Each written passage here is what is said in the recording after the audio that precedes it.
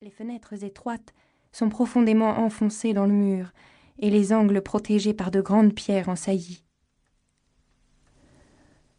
Avant de franchir le seuil, je me suis arrêtée pour admirer une quantité de sculptures grotesques prodiguées sur la façade, spécialement autour de la porte principale.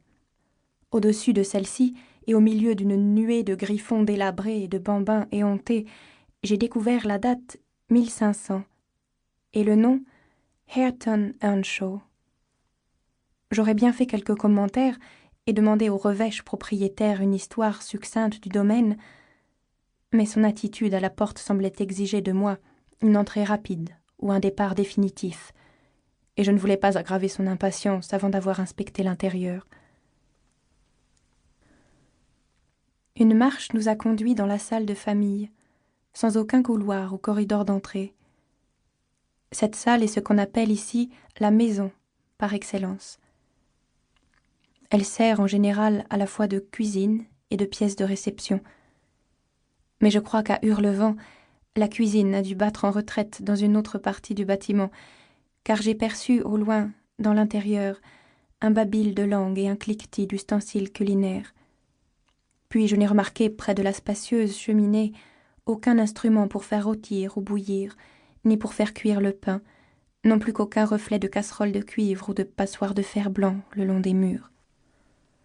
À l'extrémité, il est vrai, la lumière et la chaleur réverbéraient magnifiquement sur des rangées d'immenses plats d'étain entremêlés de cruches et de pots d'argent, s'élevant les uns au-dessus des autres sur un grand buffet de chêne jusqu'au plafond. Ce dernier est apparent. Son anatomie entière s'offre à un œil inquisiteur, sauf à un endroit où elle est masquée par un cadre de bois chargé de gâteaux d'avoine et d'une grappe de cuisseaux de bœuf, de gigot et de jambon. Au-dessus de la cheminée sont accrochés quelques mauvais vieux fusils et une paire de pistolets d'arçon. En guise d'ornement, 3 boîtes à thé décorées de couleurs voyantes sont disposées sur le rebord. Le sol est de pierre blanche polie. Les chaises, à haut dossier, de formes anciennes, peintes en vert. Une ou deux, plus massives et noires, se devinaient dans l'ombre. À l'abri d'une voûte que forme le buffet, reposait une grosse chienne jaunâtre, de l'espèce pointer, entourée d'une nichée de petits qui piaillaient. D'autres chiens occupaient d'autres recoins.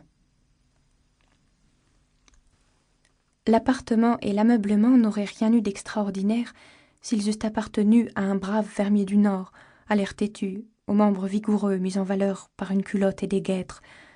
Vous rencontrerez ce personnage, assis dans son fauteuil, un pot d'ale mousseuse devant lui sur une table ronde, au cours d'une tournée quelconque de 5 ou 6 milles dans cette région montagneuse, pourvu que vous la fassiez à l'heure convenable après le dîner. Mais Mr. Heathcliff présente un singulier contraste avec sa demeure et son genre de vie. Il a le physique d'un bohémien au teint basané, le vêtement et les manières d'un gentleman, tout autant du moins que la plupart des propriétaires campagnards. Un peu négligé dans sa mise, peut-être, mais cette négligence ne lui messied pas, parce qu'il se tient droit et que sa tournure est élégante.